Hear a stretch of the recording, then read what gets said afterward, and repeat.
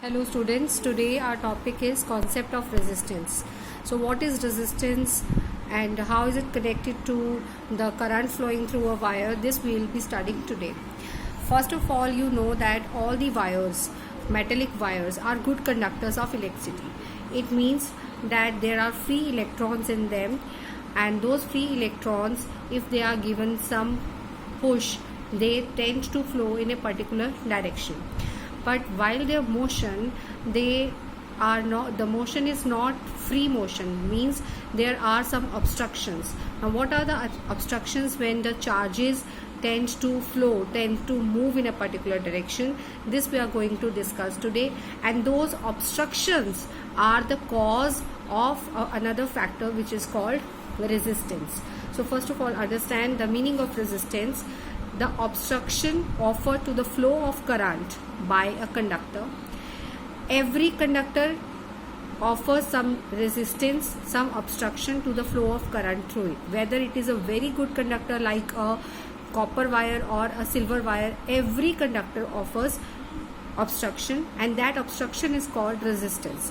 So there is no such conductor which has zero resistance. Every conductor offers some resistance. Now what is the cause of resistance? You know that all the metals, they are form of atoms, and atoms have loose electrons in their outermost orbits, which are called the free electrons. When these free electrons, they tend to move in a particular direction, they leave behind the positive ions. Now there are so many positive ions, and every solid is very closely packed with the atoms. So the path of the electrons is not a free path. Every electron suffers a large number of collisions during its motion. Now while colliding among themselves and with the positive ions, they lose their energy, and they also produce heat while colliding with the other neighbors.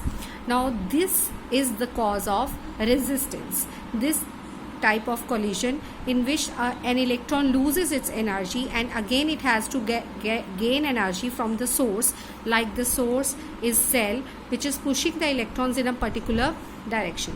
In the absence of source, all the electrons, they are colliding, they are again moving due to the thermal velocity. Thermal velocity means the energy gained by the room temperature. Now in the absence of source, they collide, and their motion is a random motion, so all the collisions, they cancel out, and there is no net movement in a particular direction.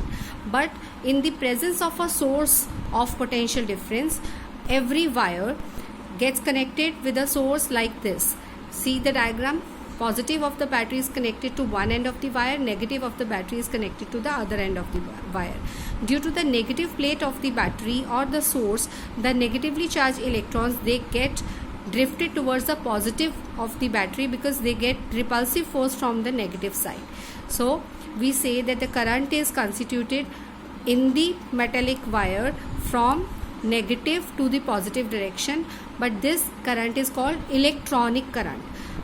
If we talk about the conventional direction of the current, conventional means as per tradition, we always take the direction of the current from positive to negative, but the movement of electrons is in the opposite sense. Now we are talking about resistance. What happens while moving towards one end? Again they collide with the positive ions and with the neighboring electrons, so they keep on losing energy, but they are gaining energy from the cell continuously. As long as cell is supplying the potential difference, they are getting energy, again they are starting, again they are colliding, and again they are losing. So this is a continuous process.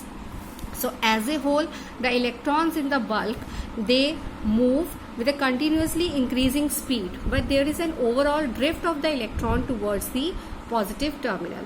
So we say, हम बोलते हैं कि they move towards the positive of the battery, मगर वो ऐसा नहीं होता कि यहाँ का इलेक्ट्रॉन मूव करके यहाँ पहुँच गया. हर इलेक्ट्रॉन अपनी पोजीशन से थोड़ा सा ड्रिफ्ट कर पाता है पॉजिटिव ऑफ द बैटरी की तरफ, और क्योंकि बल्क में इलेक्ट्रॉन्स ड्रिफ्ट करते हैं तो करंट पूरा का पूरा वायर में एक ही टाइम पे कॉन्स्टिट्यूट होता है.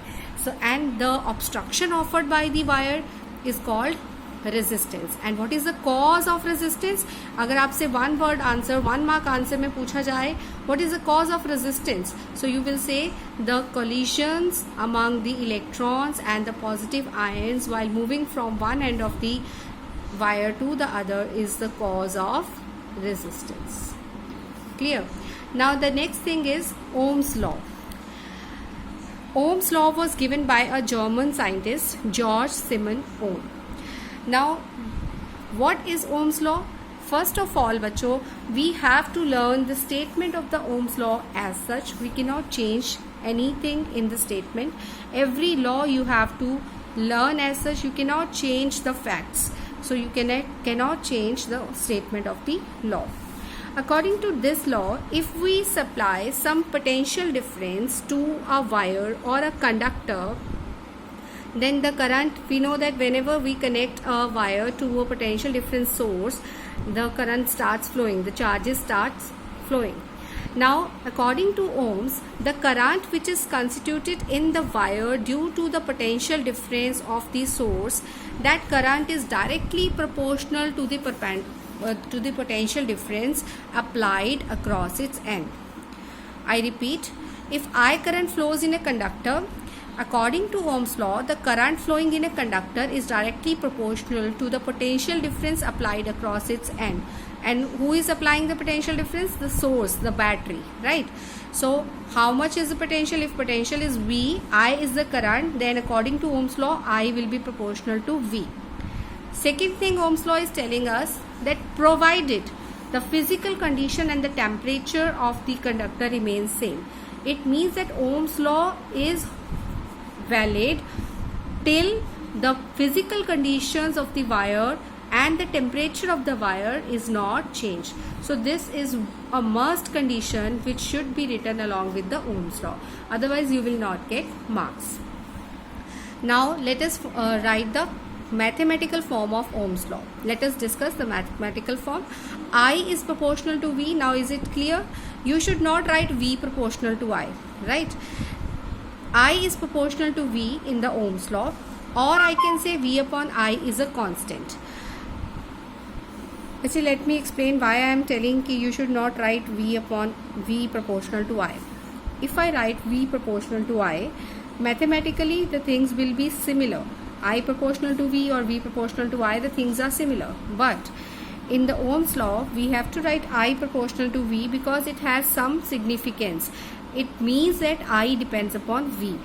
V के ऊपर I depend करता है. अगर आप पोटेंशियल डिफरेंस किसी वायर को देते हैं तो जाके उसमें करंट आता है, ठीक है. सो ओम्स लॉ कहता है कि ये जो करंट आया है ये पोटेंशियल डिफरेंस के प्रोपोर्शनल है, ना कि पोटेंशियल डिफरेंस करंट के प्रोपोर्शनल है. तो ये कॉज है. कॉज कौन है? Potential difference. और इफेक्ट क्या है? Current.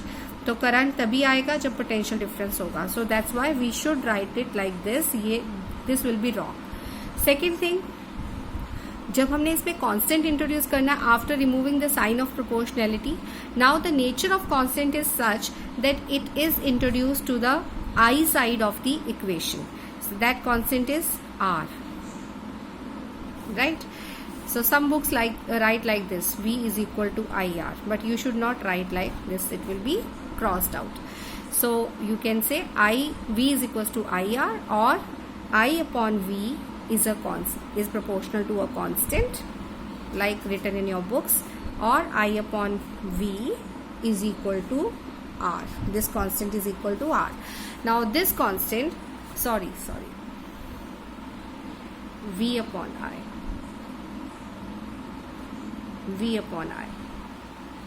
right? V upon I becomes constant, and this constant is equal to R, because I upon V, if I write I upon V, the constant will be 1 upon R, which is another constant called conductance, reciprocal of resistance, right? So from here, V upon I is a constant which is called R, resistance of the conductor. From here we also get the new definition of resistance in terms of I and V. According to this equation, if I substitute I is equals to 1, then potential difference will become equal to resistance numerically. So I can define resistance as resistance of a conductor is numerically equal to the potential difference applied across its ends for the flow of unit current through it. Unit means 1 unit current through it. And then we can also discuss the unit of resistance from this formula only. Unit of resistance will be equal to unit of potential upon unit of current. Now unit of potential is volt and unit of current is ampere. So unit of resistance will become volt per ampere. So 1 volt per ampere will be the resistance of 1 ohm. Right? So you may define resistance 1 ohm as resistance of a conductor is said to be 1 ohm if 1 ampere current flows through it when a potential difference of 1 volt is applied across the ends of the conductor. So 1 ohm is equal to 1 volt per ampere. And the high units are kilo ohm, mega ohm, where kilo is 10 raised to power 3 and mega is 10 raised to power 6. Then conductance. Conductance is simply a quantity which is reciprocal of resistance. So its units are reciprocal of the units of resistance. Ohm inverse, which is omega inverse. Omega is a sign used for ohm. It is a Greek letter omega. You pronounce it omega. Right? So omega inverse, or it is also called symbol is S. Nowadays we do not write MHO. पहले ओम का उल्टा MHO लिख लिया जाता था. Now it is not a famous unit, so we only write ohm inverse. Then comes I versus V graph. If you plot a graph of I versus V, first of all you understand this. IV graph means first quantity along y-axis, second quantity along x-axis. If you write VI graph, V versus I graph, then first quantity V will be along y-axis and second quantity will be along x-axis. But the nature of the graph will be same. Whenever two quantities are directly proportional, their graph is always a straight line passing through the origin. I repeat, whenever two quantities are directly proportional, their graph is always a straight line passing through the origin. Then comes, what does the slope of IV graph represent? Slope of IV graph can be calculated by taking any 2 points on the graph and finding out delta I upon delta V, means change in a Y quantity with respect to change in X quantity. Now rate of change of current with respect to voltage is equal to reciprocal of resistance. So again, point to be noted, IV graph slope will give you reciprocal of resistance, but VI graph slope will give you delta V upon delta I, which is equal to the resistance of the wire.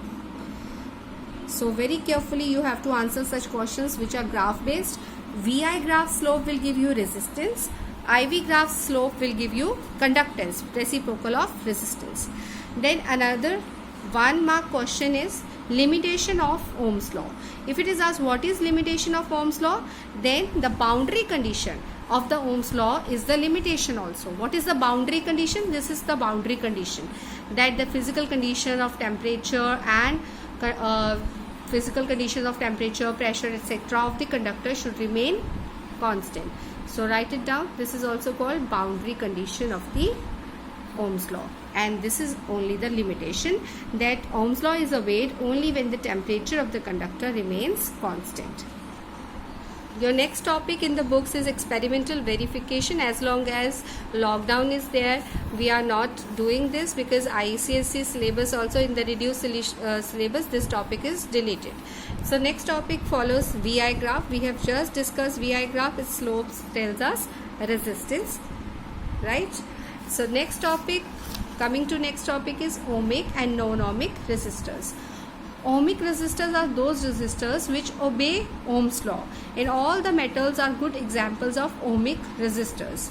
And for such resistors you can also find resistance from the V versus I graph. Then comes non-ohmic resistors. These are the resistors which do not obey Ohm's law, and their examples are LEDs, solar cells, diodes, triodes, transistors, filament bulbs, etc.